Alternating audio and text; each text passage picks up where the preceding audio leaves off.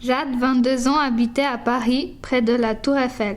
Elle était grande avec des cheveux blonds et elle faisait souvent des crises de stress et pendant ces moments-là, elle pouvait devenir très dangereuse. Enfin, elle avait un petit copain qui s'appelait Alfred. Ils aimaient beaucoup manger des glaces ensemble. Pendant qu'elle se reposait sur son canapé chez elle, elle alluma la radio pour écouter de la musique. Manque de chance, elle tomba sur les informations. Elle tendit quand même l'oreille et écouta. Attention, attention! Un fou s'est échappé. Si vous le voyez, rentrez immédiatement chez vous et appelez la police. Voilà, nous allons passer à notre heure musique après la pub. Lady Gaga, Judas. Jade alla se promener dans la tour Eiffel. Tout à coup, elle crut apercevoir une personne avec un comportement très particulier. « Le fou !» pensa-t-elle avec effroi.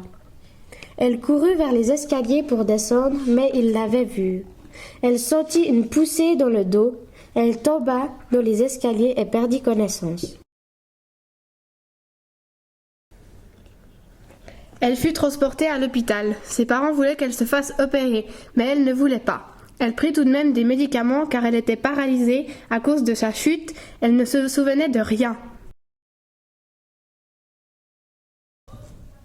Un matin, alors que l'infirmière avait laissé la fenêtre ouverte afin de faire de l'air, le fou entra par la fenêtre et lui dit « Je reviendrai ». Puis il disparut devant Jade qui était terrorisée. Une semaine plus tard, comme promis, il revint et, cette fois, la kidnappa. Il l'emmena dans un vieux cabanon perdu au milieu de la forêt.